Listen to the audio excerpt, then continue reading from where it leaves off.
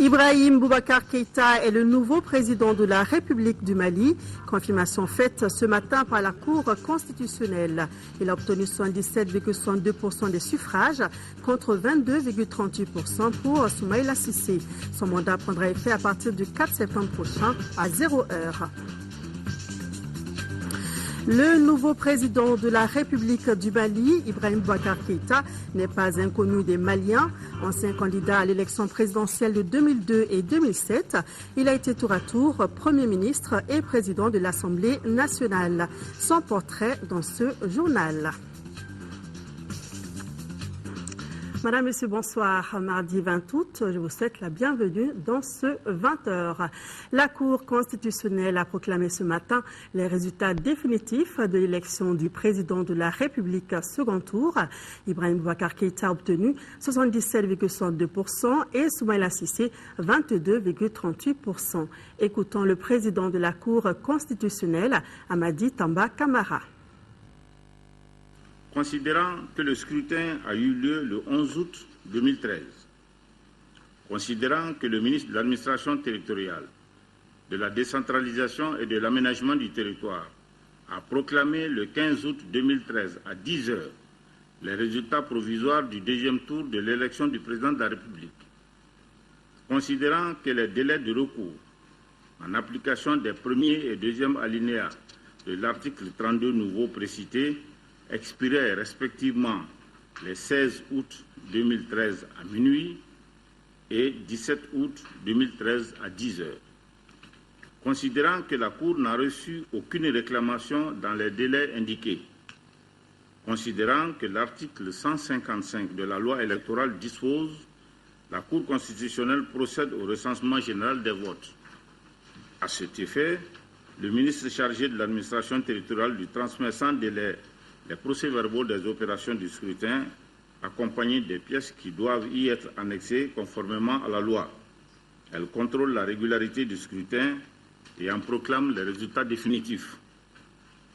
Considérant que les documents électoraux relatifs au suffrage de certains bureaux de vote n'ont été transmis à la Cour constitutionnelle ni par le ministère de l'Administration territoriale, de la décentralisation et de l'aménagement du territoire, ni par la Commission électorale nationale indépendante.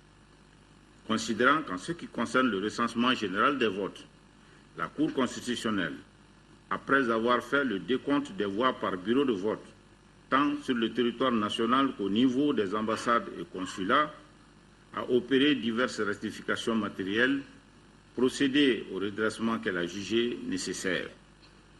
Considérant qu'à la suite de tout ce qui précède, le deuxième tour de l'élection du président de la République a donné les résultats suivants. Électeurs inscrits, 6 829 696. Votants, 3 123 127. Bulletins nuls, 88 664. Suffrages valablement exprimés, 3 34 463. Majorité absolue, 1 517 232. Suffrage obtenu par Ibrahim Boubacar Keïta, 2 355 394, soit 77,62%. Suffrage obtenu par Soumaïla Cissé, 679 069, soit 22,38%. Taux de participation, 45,73%. Considérant qu'au terme de l'alinéa 2 de l'article 33 de la Constitution, le président de la République est élu à la majorité absolue des suffrages exprimés. Si celle-ci n'est pas obtenue au premier tour du scrutin, il est procédé à un second tour le deuxième dimanche suivant. Ce second tour est ouvert seulement aux deux candidats ayant réuni le plus grand nombre de suffrages. Considérant qu'au second tour de l'élection présidentielle, M. Ibrahim Boubacar Keïta a obtenu 2 355 394 voix. M. Soumaïla Cissé a obtenu 679 069 voix. Qu'ainsi, M. Ibrahim Boubacar Keïta a recueilli la majorité absolue des suffrages exprimés pour être proclamé élu président de la République. Considérant que l'article 37 de la Constitution dispose que le président de la République élu entre en fonction 15 jours après la proclamation officielle des résultats. Par ces motifs, article 1er, proclame élu président de la République M. Ibrahim Boubacar Keïta.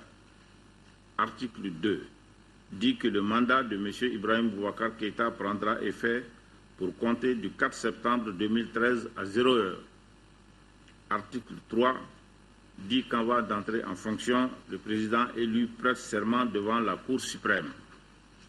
Article 4, ordonne la notification du présent arrêt au président de la République, aux deux candidats par les soins du gouvernement, aux représentants de l'État dans les circonscriptions administratives ainsi qu'aux chefs des missions diplomatiques et consulaires du Mali et sa publication au journal officiel. Ibrahim Boubacar Keïta est élu président de la République du Mali pour un mandat de 5 ans. C'est un homme politique qui a un parcours exceptionnel. Il a occupé plusieurs hautes fonctions à l'étranger et au Mali. On retient surtout ses postes de Premier ministre et de président de l'Assemblée nationale entre 1994 et 2007. Il a aujourd'hui 68 ans. Portrait d'un leader politique atypique avec Ibrahima Traoré.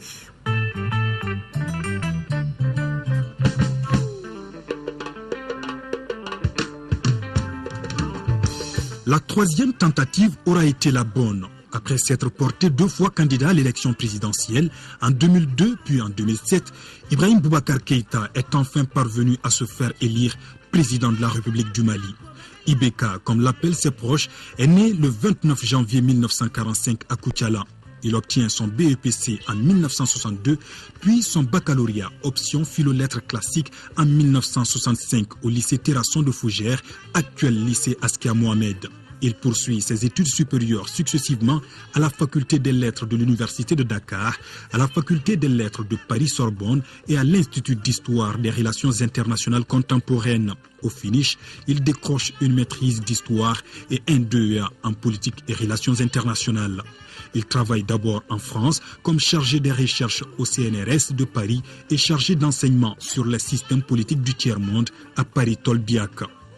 Au début des années 80, il revient au Mali comme conseiller principal du Fonds européen de développement, puis patron de l'ONG Terre des Hommes, dont l'action couvrait le Mali, le Niger et le Burkina Faso. Dans la foulée, Ibrahim Boubacar Keïta milite activement dans le mouvement démocratique jusqu'à la chute du président Moussa Traoré. Il rejoint après les élections de 1992 la présidence de la République où il sera conseiller et porte-parole du président Alpha Oumar Konaré. Il est nommé ensuite ambassadeur pour la Côte d'Ivoire, le Gabon, le Niger et le Burkina Faso avec résidence à Abidjan, poste qu'il occupera jusqu'en novembre 1993 avant d'entrer au gouvernement comme ministre des Affaires étrangères. Le 4 février 1994, Ibrahim Boubacar Keïta est nommé Premier ministre au moment où le régime du président Konaré est confronté à une crise scolaire, à des grèves syndicales et à une recrudescence de l'insécurité dans le nord du pays. IBK réussit à juguler ces crises qui avaient ébranlé le pouvoir. La restauration de l'autorité de l'État, déclarait-il, était un préalable à la réalisation de l'État de droit et nul n'est et ne sera au-dessus de la loi, déclarait-il à l'époque. En ces temps-là, son franc-parler et sa fermeté faisaient de lui la bête noire de l'opposition malienne. Il démissionne de son poste de Premier ministre le 13 février 2000, mais reste très actif sur la scène politique. Confronté à des difficultés au sein de l'ADEMA-PASJ qu'il présidait depuis 1994, Ibrahim Boubacar Keïta démissionne avec fracas en octobre 2000.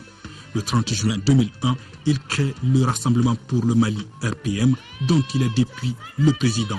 Candidat à l'élection présidentielle de 2002, il est éliminé au premier tour, dévancé par l'ancien chef d'État Amadou Toumani Touré et Soumaïla Cissé. En 2002, IBK se présente à la députation en commune 4 du district de Bamako. Il passe triomphalement dès le premier tour pour ensuite être élu président de l'Assemblée nationale. En 2007, le président du RPM est à nouveau candidat à la présidence de la République. Il perd dès le premier tour face à Amadou Toumani Touré. L'élection législative lui réussit mieux puisqu'il est réélu député en août 2007 en commune 4. Mais son parti, n'ayant pas la majorité, il n'a pu garder la présidence de l'Assemblée nationale. Voilà à l'instant le portrait du nouveau président de la République du Mali.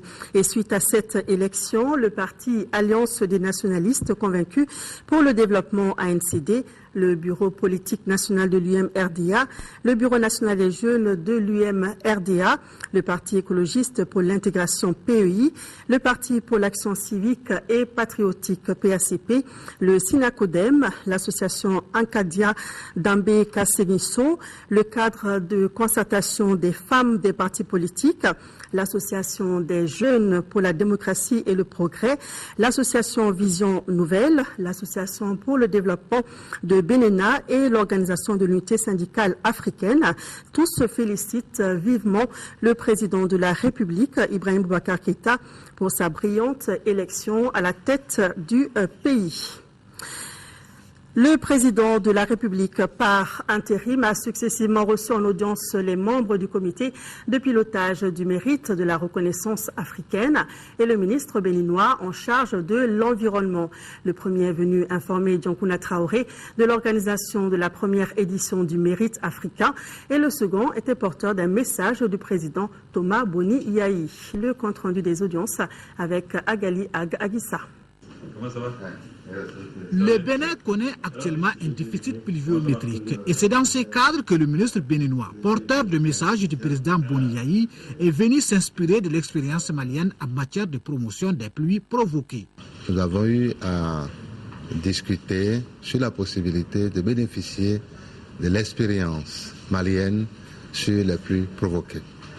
Actuellement dans notre pays, nous traversons un moment difficile en ce qui concerne les pluies.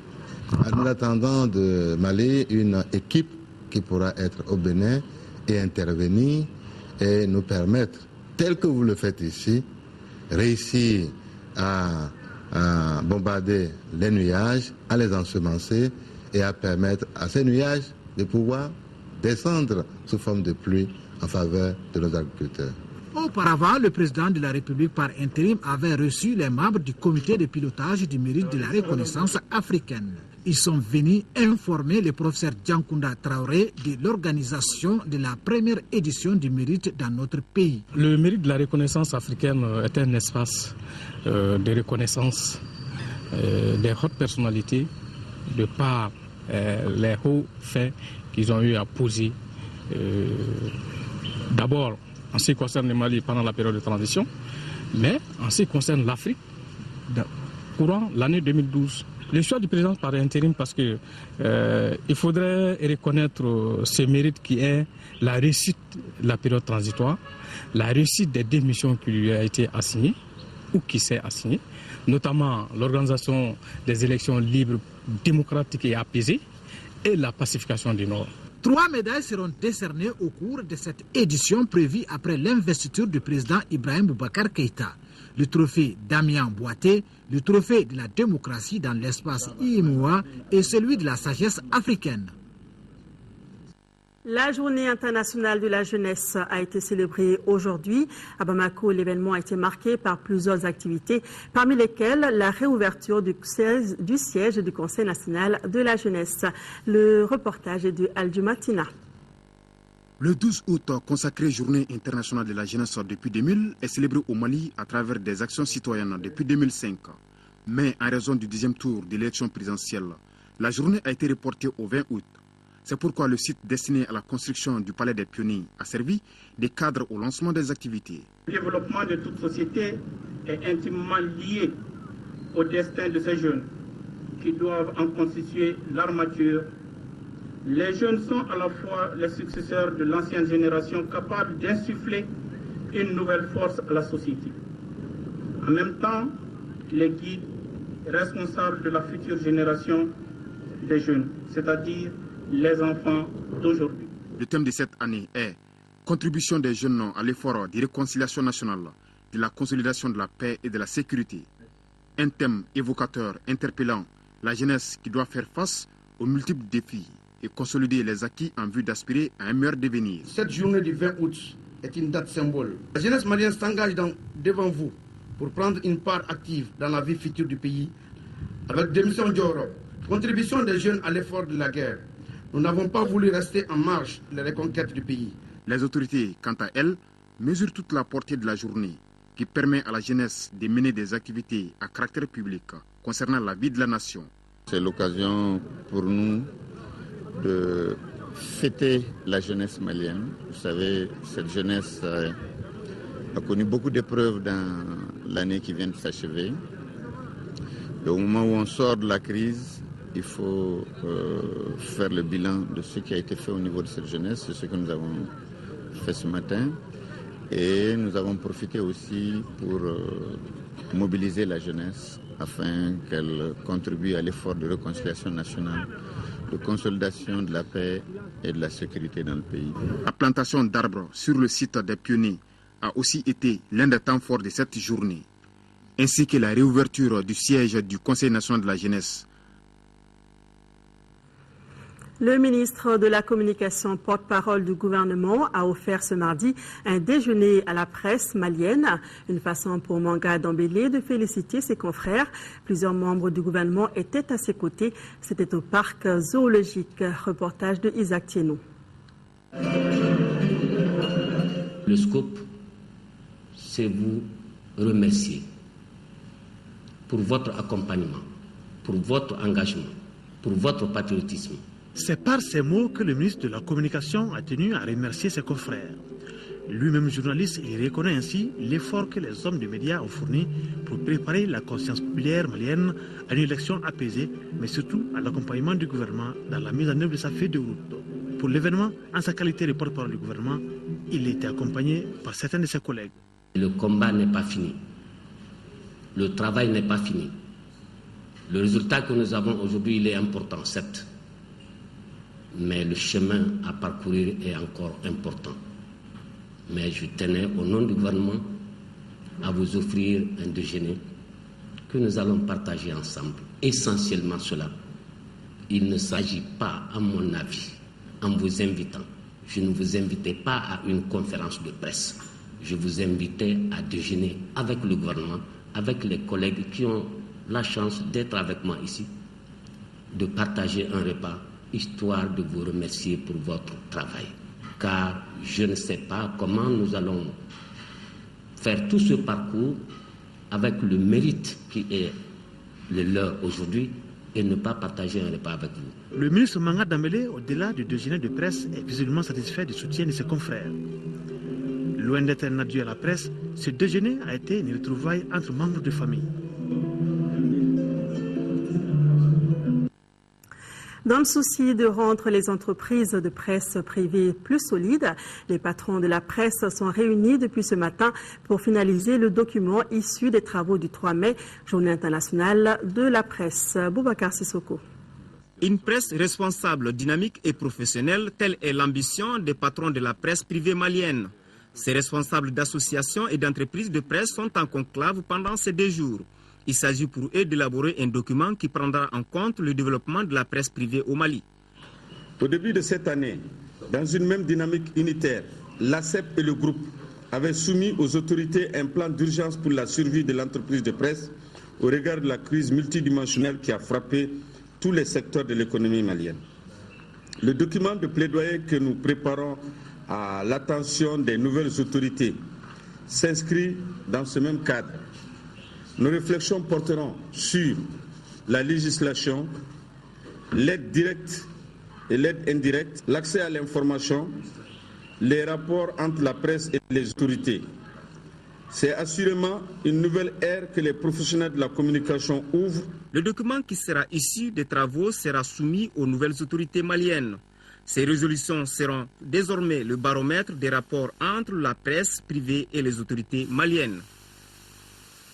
Le ministre des Maliens de l'Extérieur et de l'Intégration africaine a reçu ce matin une délégation des enfants de la diaspora, encadrée par l'Association franco-africaine des Yvelines. Les enfants sont au Mali dans le cadre d'une colonie de vacances. Batraoré. Ce sont des enfants visiblement impressionnés par la diaspora malienne qui ont été reçus par le ministre des Maliens de l'Extérieur et de l'Intégration africaine. Ces enfants, selon leur encadrement, sont au Mali pour s'imprégner des valeurs culturelles du pays. Et l'Association franco-africaine des Yvelines œuvre pour leur intégration. Ça fait 10 ans qu'on amène les enfants issus de l'immigration dans le pays d'origine des parents. C'est pour découvrir la réalité du pays et pour échanger avec les parents. C'est pour les ressourcer. Au retour, les enfants sachent vraiment pourquoi les parents sont venus en immigration en France. Et le ministre Marempa Sampora d'expliquer aux enfants l'importance d'une telle visite au pays d'origine. Ce brassage est très bénéfique et pour vous et pour nous qui sommes restés ici.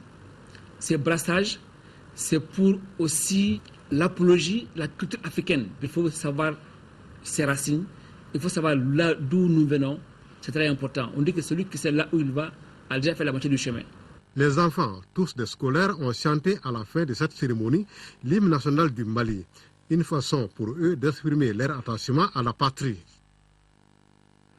Parlons à présent de la lutte contre l'insécurité alimentaire et la malnutrition dans les cercles de Nara et Nioro du Sahel.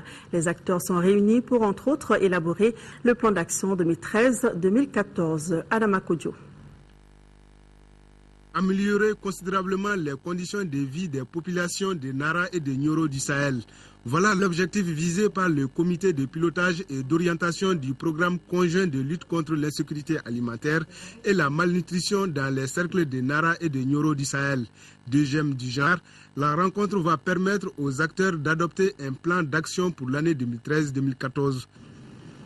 Ce programme au Mali est composé de 6 organisations partenaires d'exécution dont l'ONU Femmes permettra, j'en suis sûr, l'accès aux facteurs de production, aux technologies et aux marchés.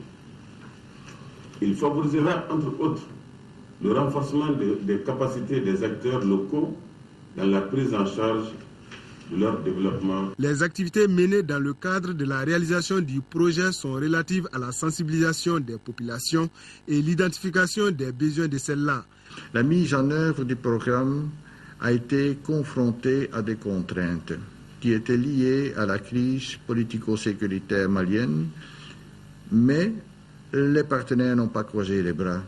Il y a une année qui vient de s'écouler après le début de la mise en œuvre effective des activités. Et à ce moment, tournons tous le regard vers la zone de Nioro et vers la population et posons cette question, est-ce que nos activités ont amélioré déjà est-ce que les premiers effets sont déjà visibles? La FAO, qui a participé depuis le début aux différentes concertations sur le développement du nouveau programme FBSA au Mali, a joué activement et malgré ce contexte ambiant difficile, son rôle d'appui à la coordination globale du CSA au programme. Lancé dans ces zones d'intervention en juin 2013, le programme qui va coûter 11 milliards de francs CFA au Parlement belge a une durée de 5 ans. Retour sur le processus électoral qui vient de prendre fin dans notre pays. Les responsables du syndicat national des commerçants détaillants du Mali, Sinacodem, étaient cet après-midi face à la presse. C'était pour rendre compte des actions qu'ils ont menées pendant le processus électoral. Reportage de Nando Dambeli. Comme toutes les organisations de la société civile malienne, le syndicat national des commerçants détaillants du Mali n'est pas resté en marge du scrutin présidentiel qui vient de se dérouler. Il a mobilisé ses militants pour un vote massif. C'était un peu pour remercier les commerçants détaillants. L'appel que nous avons lancé à la veille de cette élection présidentielle, de sortir massivement pour que les élections soient une élection massive. Donc c'était aussi remercier à nos partenaires financiers, Oxfam et Cridemilidé. Avec les hommes des médias, les responsables du syndicat national des commerçants détaillants du Mali ont échangé sur certaines de leurs préoccupations de l'heure. Nous avons plusieurs doléances. On avait sollicité des sites et le financement aussi, le projet d'appui aux commerçants détaillants qui est là. La mission d'observation de la société civile gabonaise était elle aussi cet après-midi face à la presse. Il s'agissait pour les observateurs gabonais de présenter leur rapport et de faire des propositions pour les prochaines échéances au Mali. La conférence a été suivie par notre reporter Mamoru Sidibi. Le rapport de la mission de la société civile gabonaise sur l'élection présidentielle au Mali a été communiqué cet après-midi à la presse. La mission qui s'est intéressée au bureau de vote du district de Bamako, notamment celle de la commune 6, trouve que ce scrutin s'est normalement déroulé. Cependant, suite à certains manquements, la mission a fait quelques observations. Les retards de démarrage des opérations de vote ont aussi été le fait des présidents du bureau de vote qui ont brillé par leur comportement incivique au cours de ce scrutin. D'autre part, la nomination arbitraire et unilatérale de certains assesseurs par la coordinatrice du centre IGIA et le non-paiement de leur per diem a quelque peu posé des incidents. Ce fait appelle de notre part une invitation à la révision de la loi électorale. Ainsi, après cette élection présidentielle libre, juste et transparente, le Mali vient de montrer aux yeux du monde entier qu'il est un pays de référence. Le succès enregistré par notre pays est une première en Afrique et pourquoi pas dans le monde, ont fait remarquer les Gabonais. Le ministre de l'Administration territoriale, de la décentralisation et de l'aménagement du territoire rappelle aux citoyens et citoyennes qu'ils peuvent continuer à retirer leur carte NINA auprès des sous-préfets ainsi que du gouverneur du district de Bamako. Hors de nos frontières, au Sénégal, en cette période hivernale, les inondations sont récurrentes dans la banlieue de Dakar, provoquant des sans-abri. Fort heureusement, le gouvernement est à pied d'œuvre pour reloger les sinistrés. Les fortes pluies de ce mois d'août ont commencé à faire des victimes.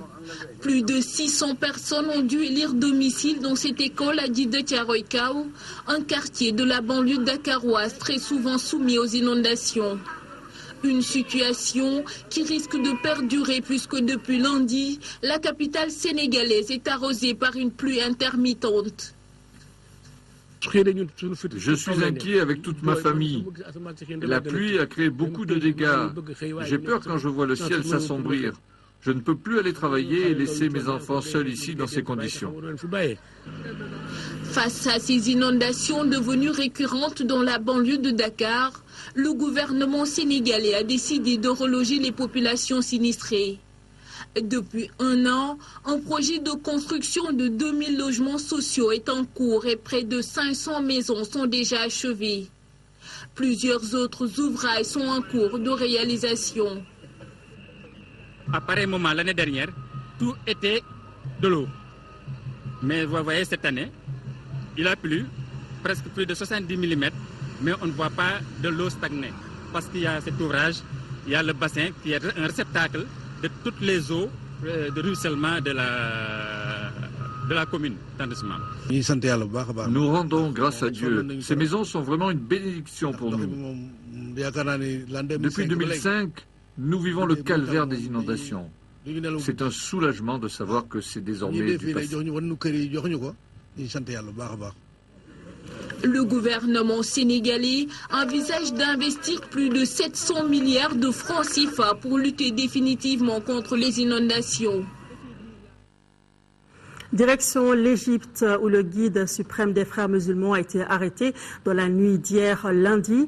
Mohamed Badi, 70 ans, est accusé d'être l'instigateur des nombreuses manifestations pro-Morsi à travers le pays. Mais cette arrestation est loin de décourager les frères musulmans. Présenté assis dans une pièce, le regard perdu, Mohamed Badi, le guide suprême des frères musulmans, a été arrêté dans la nuit de lundi à mardi, a annoncé le ministère égyptien de l'Intérieur. Avec lui, 2 autres cadres de la confrérie ont été interpellés sans violence dans un appartement situé près de la place Rabat al-Adawiya, au lieu de la contestation des pro-Morsi. Âgé de 70 ans, Mohamed Badi a été élu à la tête du mouvement en janvier 2010 et mène depuis le 3 juillet, date de la destitution par l'armée du président élu Mohamed Morsi, la contestation à travers le pays. Dans les rues du Caire, son arrestation est accueillie favorablement. L'arrestation de Badi, c'est une grande réussite. Je suis très heureuse. C'est un individu méchant, horrible. C'est un ennemi. Aucun mot ne peut vraiment le décrire. Je ne sais pas quoi dire. Nous sommes reconnaissants envers la sécurité de l'État, envers l'armée et envers le général Sissi. L'image du guide capturé tourne en boucle sur les télévisions publiques et privées qui soutiennent largement les militaires. Cette arrestation affaiblit un peu plus les frères musulmans dont les cadres les plus importants ont été arrêtés. Ils doivent être jugés à partir du 25 août, comme Mohamed Badi, accusé d'incitation à la violence. Mais la mouvance islamiste n'a pas l'intention de changer de stratégie. L'incarcération de Mohamed Badi, le guide suprême des frères musulmans, est une injustice. Il représente une grande valeur pour nous. Nous sommes tristes, mais les frères fonctionnent comme une coalition à tous les niveaux de la société. Et cette arrestation n'affectera pas nos opérations et notre droit de protester pacifiquement contre quoi que ce soit. Première cible, la presse, que les frères musulmans appellent à boycotter pour son soutien aux militaires. En réponse à cette accusation, les journalistes ont quitté la salle. Nous restons sur le continent avec l'essentiel de l'actualité du jour en bref et en images. En Tunisie, Amina, qui faisait partie des Femen, a quitté le mouvement après sa libération. L'ancien président égyptien Moubarak est dans l'attente d'un autre procès. Et tout de suite, au Nigeria, les services de renseignement ont annoncé la mort probable du chef de Boko Haram. Aboubakar Shekau, 44 ans, serait mort entre le 25 juillet et le 3 août. D'après les services de renseignement nigérians, le chef de la secte islamiste Boko Haram aurait perdu la vie après avoir été blessé par balle dans un affrontement avec les soldats. Pour le moment, aucune source indépendante ne confirme le décès de cet homme recherché aussi par les États-Unis. Les Américains avaient promis 7 millions de dollars à toute personne qui arrêterait ou tuerait Aboubakar Shekau. Léger desserrement de l'étau judiciaire autour de Hosni Moubarak. L'ancien président égyptien, âgé de 85 ans, bénéficie d'une remise en liberté conditionnelle dans une affaire de corruption. Mais l'ex-raïs demeure en détention dans l'attente d'un jugement pour un autre chef d'inculpation. Depuis la chute de son régime, Hosni Moubarak est jugé en même temps que ses deux fils pour une série d'affaires. Libérée après 2 mois et demi de détention, la militante tunisienne Amina Sboui quitte Femen. La jeune fille de 18 ans accuse le groupe féministe d'islamophobie et d'avoir un système de financement opaque. L'organisation avait multiplié les actions seins nus pour réclamer la libération d'Amina. Femen estime que la jeune militante tunisienne, par sa décision, a trahi toutes les femmes qu'il avait soutenues dans son combat contre les islamistes. Retour à l'actualité nationale, le gouvernement vient de mettre à la disposition des mairies du district de Bamako 90 tonnes de céréales et divers produits alimentaires. Le don est destiné aux populations déplacées du Nord résidentes à Bamako. Le compte-rendu de la cérémonie de remise avec Nouroum Sissoko. 60 tonnes de riz, 30 tonnes de mil, 120 cartons de couscous, 60 tonnes de sucre et divers produits alimentaires. C'est l'aide destinée aux personnes déplacées et résidant à Bamako. La présente donation dont le gouvernement a l'honneur de remettre aux différentes communes du district a été faite par le ministère de l'économie et de l'action humanitaire. Cette donation n'est pas une première et nous espérons qu'elle continuera jusqu'à ce que tous les déplacés rejoignent leur localité. Nous estimons que cela ne saurait tarder car une bonne partie des déplacés est déjà retournée en raison de la sécurité retrouvée dans les régions nord du pays. Un dispositif mis en place dans chaque commune permet d'atteindre les bénéficiaires. Alors, nous avons dans notre commune une commission chargée de la gestion des déplacés du Nord. Et cette commission regroupe les chefs de quartier, le Kouren, la mairie, le développement social, la protection civile et les déplacés. Concrètement, la répartition est faite au niveau des familles déplacées. Surtout les ménages sont recensés au niveau de la commune 2 et on va faire la répartition en fonction de ces ménages et de ces familles d'accueil. Le représentant du gouverneur a remercié les autorités et partenaires du Mali pour les efforts consentis depuis l'éclatement de la crise. Une trentaine d'enseignants déplacés du Nord prennent part à une formation sur l'éducation de base initiée par le RASDEC, réseau des associations pour le développement de l'éducation. Cette formation vise à renforcer la capacité des enseignants. Kadidia Tokode. La crise au Mali a affecté presque tous les secteurs, en particulier celui de l'enseignement. Mais ce sont les régions du Nord qui ont été les plus touchées. Ces braves enseignants ont été obligés de se déplacer comme bon nombre d'habitants du Nord. Ils ont abandonné les classes, cela fait 2 ans. Pour que ces enseignants renouent avec l'habitude des classes, le RASDEC, le réseau des associations pour le développement de l'éducation, a initié une formation en leur endroit. Nous avons initié cette formation pour jouer un peu notre partition dans l'aide apportée à nos camarades qui ont subi les affres de la guerre au Nord. Ces camarades enseignants déplacés à Bamako, qui n'ont plus de repères et qui ont sans doute beaucoup parmi eux oublié déjà les techniques pédagogiques en cours dans les classes. Nous avons voulu les recycler. Pour mener à bien cette formation et atteindre les objectifs visés, le RASDEC est appuyé par le SNEC, le Syndicat national de l'éducation et culture, et la FENAPEM, la Fédération nationale des parents d'élèves et d'étudiants du Mali.